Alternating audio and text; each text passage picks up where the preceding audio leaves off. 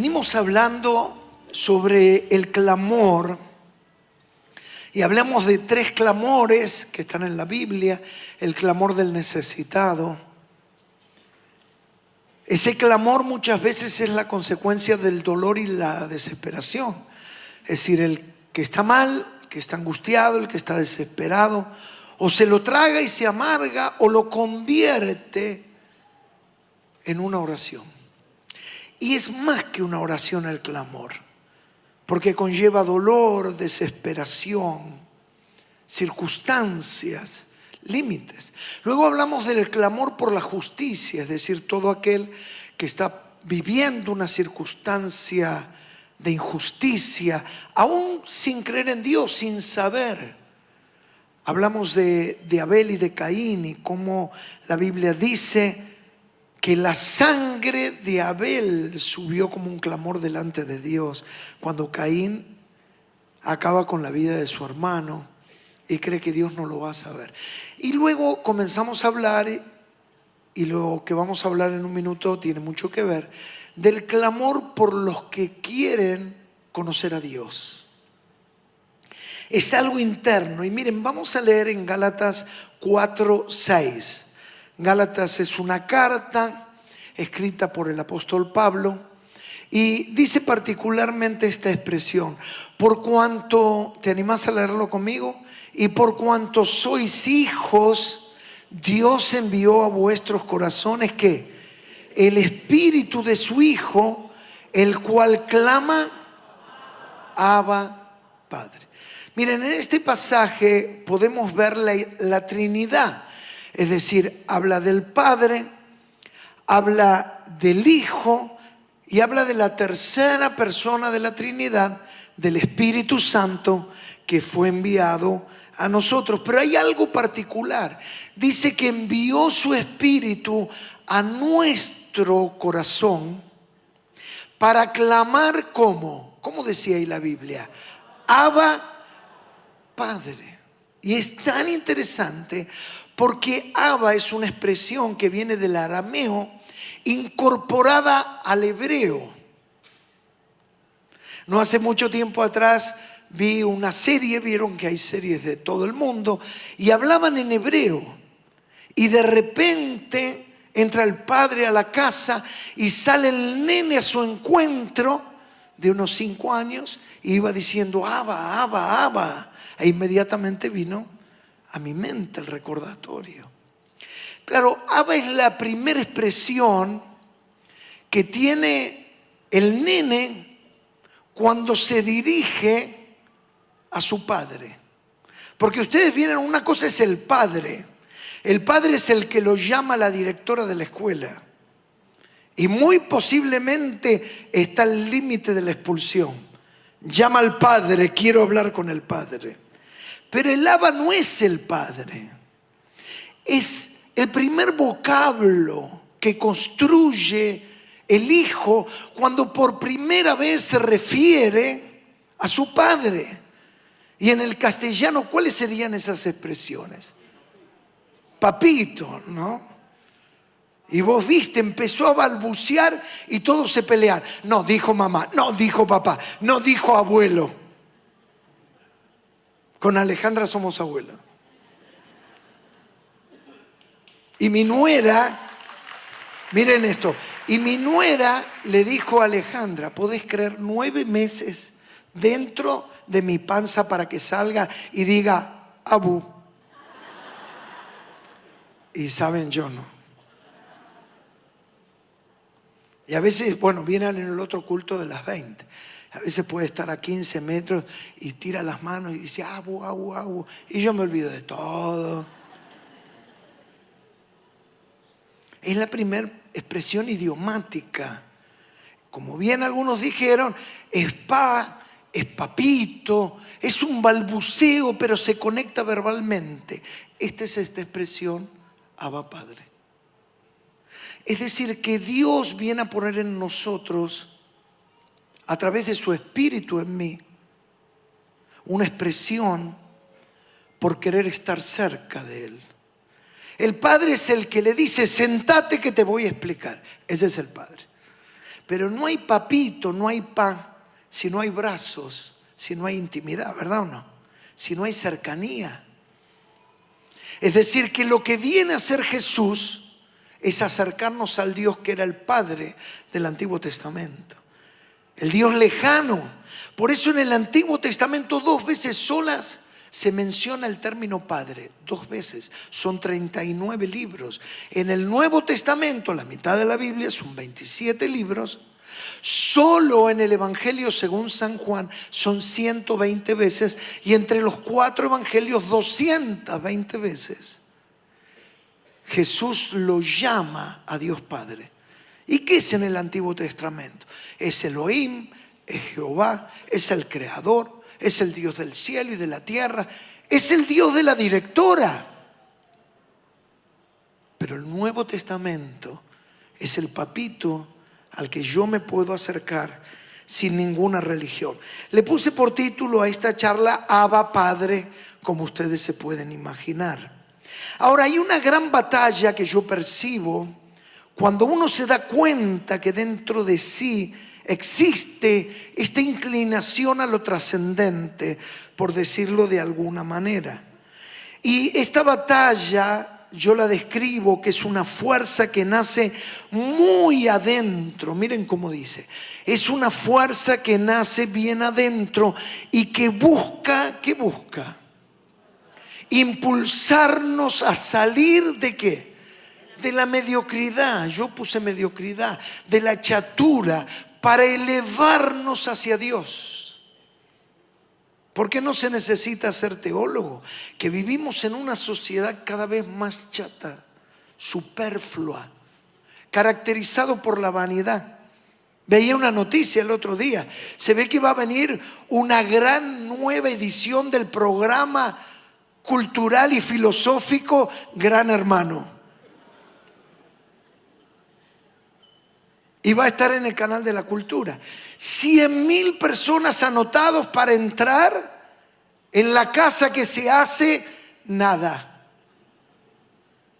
Así no hay destino. La sociedad cada vez es más chata. La pérdida de algo que pueda elevarnos. Ahora, esto es mucho más profundo porque es como que hay una pugna interna de algo de lo más profundo, pero que por momentos parece que se ahoga. Y yo digo que perder esta batalla es ahogar la presencia de Dios en nosotros. Perder esta batalla que es ahogar la presencia de Dios en nosotros. Mira que dice Primera de Tesalonicenses 5:23. El apóstol Pablo describe cómo estamos compuestos internamente. Mira, léelo, no te lo pierdas. ¿Cómo dice? Y el mismo Dios de paz, ¿qué dice? Os santifique por completo, habla de una unidad completa, todo vuestro ser, y ahora la describe en las partes. ¿Cómo son las partes? Espíritu, ¿qué más? Alma y cuerpo. Espíritu, alma y cuerpo. ¿Cómo explicarlo esto? Yo me acuerdo una vez, hace muchos años, me tocaba conducir un programa de televisión para toda Latinoamérica. Entonces me tocaba viajar y en uno de los ejercicios de esos programas, de las grabaciones, justamente hubo un obsequio, hubo algo que yo tenía que mostrar y luego me lo obsequiaron. Es un sombrero mexicano, ¿vieron esos? Y me lo traje en el avión. Me acuerdo que fui con 2 de mis hijos y tuvimos que volver corriendo porque nos olvidamos el sombrero en el avión. Y no sé cómo hicimos, pero el sombrero está acá. Y claro, de alguna manera es como mirar un sombrero mexicano desde arriba, que son círculos concéntricos. Entonces tenemos uno externo, el borde perimetral del sombrero. Ese es el cuerpo. En nuestro contacto con el mundo por medio de los 5 sentidos. Y ahí tenemos lo que llamamos que es la percepción. Y percibimos al ver, al gustar. De paso aprovecho a tomar agua. con el olfato, la audición, con el tacto. Algunos lo ejercen así, el tacto. Percibimos el mundo. Luego en ese sombrero vemos que hay un círculo un poco más íntimo. Es el alma. Ahí están las emociones, los sentimientos, los afectos y la voluntad. Pero luego hay un círculo que es la cúspide del sombrero, lo más íntimo, que eso es el espíritu. Que cuando uno está lejos de Dios, como me pasó a mí, a muchos de ustedes, ese espíritu está aletargado, está como muerto. Pero cuando uno tiene un encuentro con Dios, cuando uno se arrepiente y se vuelve a Dios, algo pasa y el Espíritu de Dios, vieron que leímos ahí, dice que envía el Espíritu de Cristo en mí. Y es como que de repente, ¿vieron un fuego en un hogar? Luego de una noche fría, donde lo único que quedan es unas brasas, pero no hay llama. Y de repente uno toma el aventador, ¿qué será? Casi ni se usa hoy en día. Algunos son como un fuelle y uno aventa, impulsa aire y de repente arrima ahí un leño a la brasa y hace... Y el fuego se despierta. Y así pasa con la vida espiritual. Y entonces uno dice, qué lejos que estaba. Yo me creía un vivo. ¿Cuántos se creían vivos? Un término muy nuestro. Pero este vivo se encontró con uno más vivo que Dios. Y entonces me di cuenta que era un gran tonto. Y que todo lo que pensaba que eran las grandes vivezas eran locuras y un cambio y una toma de decisión. Y se despertó algo, pero a partir de ahí se inicia una tensión y una lucha entre lo de Dios y lo de uno. ¿Vieron como los dibujitos animados? Que a veces cuando alguien va a tomar una decisión, de este lado, ¿qué tienen? Uno. Un angelito que le habla. No, no es tuyo, no lo hagas, no importa que nadie te vea. Y del otro lado, un demonito, muy travieso. Dale, nadie te ve, pero vos no te das cuenta. ¿Qué vas a hacer? El tonto de siempre. Siempre la ves pasar. Esta es la tuya. Y hay una tensión en el interior porque antes no tenía conciencia. Algunos dicen que el espíritu es la conciencia. Y se despierta dentro de uno una conciencia de cosas que están bien, cosas que están mal. Y un deseo de buscar lo trascendente. Al conocer a Jesús se produce el despertar espiritual. Esto que antes te decía, esto que es el aventador, sopla y despierta una llama. Y ahora uno siente un amor que no se puede explicar, que aún lo perturba a uno mismo. Y uno dice, yo nunca agarraba un libro y ahora quiero leer la Biblia. ¿A cuántos le pasó algo así? ¿No? Si hoy tenemos la Biblia digital, hay Biblias físicas, es decir, de papel.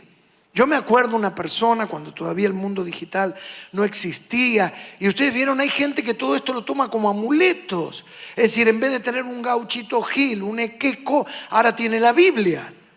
Y entonces él, para dormir bien y ahuyentar los malos espíritus, se ponía debajo de la almohada la Biblia abierta. No saben la tortícolis con la que se levantaban. Y yo le dije, no, vos te compras una almohada totalmente plácida y luego le pones un ladrillo. Vos estás loco. La Biblia es para que la leas. La Biblia es para que penetre tu corazón, para que traiga revelación y luz a tu vivir y a tu caminar. Y esto es un despertar espiritual. Ahora, ¿cómo tener victoria en mi búsqueda de Dios? Porque uno se da cuenta que hay una tensión. Mirá Gálatas 5:17 lo que dice. Gálatas 5:17 dice, porque el deseo, léanlo conmigo, el deseo de la carne. No estoy hablando de la nalga, tapa de asado. La carne es el instinto. La carne es esa alma y ese cuerpo que antes dirigían mi vida porque mi espíritu estaba muerto. Dice, porque los deseos de la carne, ¿cómo son? Contra el espíritu. Y el espíritu es contra la carne. ¿Y estos qué le pasa? Se oponen para que no hagáis lo que quisierais. En definitiva, ¿quién gana la batalla? Se cuenta que en ciertas batallas, peleas, riñas de gallos, había alguien que manipulaba siempre quién ganaba. Y alguien se acercó y le dijo, pero ¿y usted cómo sabe? Y dice, no, gana el que yo alimento, gana. Y el que no tiene fuerzas para pelear, termina perdiendo. Yo puedo manipular quién va a ganar y quién va a perder. No sé si te das cuenta. Es decir, que de alguna manera quien uno alimente es el que va a tener la trascendencia y la victoria en nuestra propia vida, porque los dos se oponen. Porque la carne y el alma quiere siempre lo mismo. El alma y sus emociones quiere ser reivindicado, quiere venganza, quiere mantener el odio, el rencor, y el espíritu quiere desarrollar la toma letal del perdón, porque uno muere cuando perdona. Y es eso que uno dice, pero usted está loco, pastor, encima de lo que la persona me hizo, yo lo tengo que perdonar, esto de poner la otra mejilla que dice Jesús. Sí, porque no es por la otra persona, es por vos. Porque me ha tocado hablar con gente que mantenía un odio y una amargura contra personas que ya habían fallecido y no estaban. Pero la que estaba atado era el que vivía, no era el que había partido de esta tierra. El rencor está dentro de uno. ¿Y cómo tener victoria? Hebreos 4:12 es nuestro último pasaje. Dice ahí la Biblia, porque la palabra de Dios, ¿cómo es? Viva y eficaz, ¿y qué más? Más cortante que toda espada de dos filos. Y penetra, miren hasta dónde, hasta partir el alma y el espíritu. Es decir, ahora los deseos del espíritu, el alma los quiere ahogar. Y por eso yo digo que el alma tratará de ahogar al espíritu.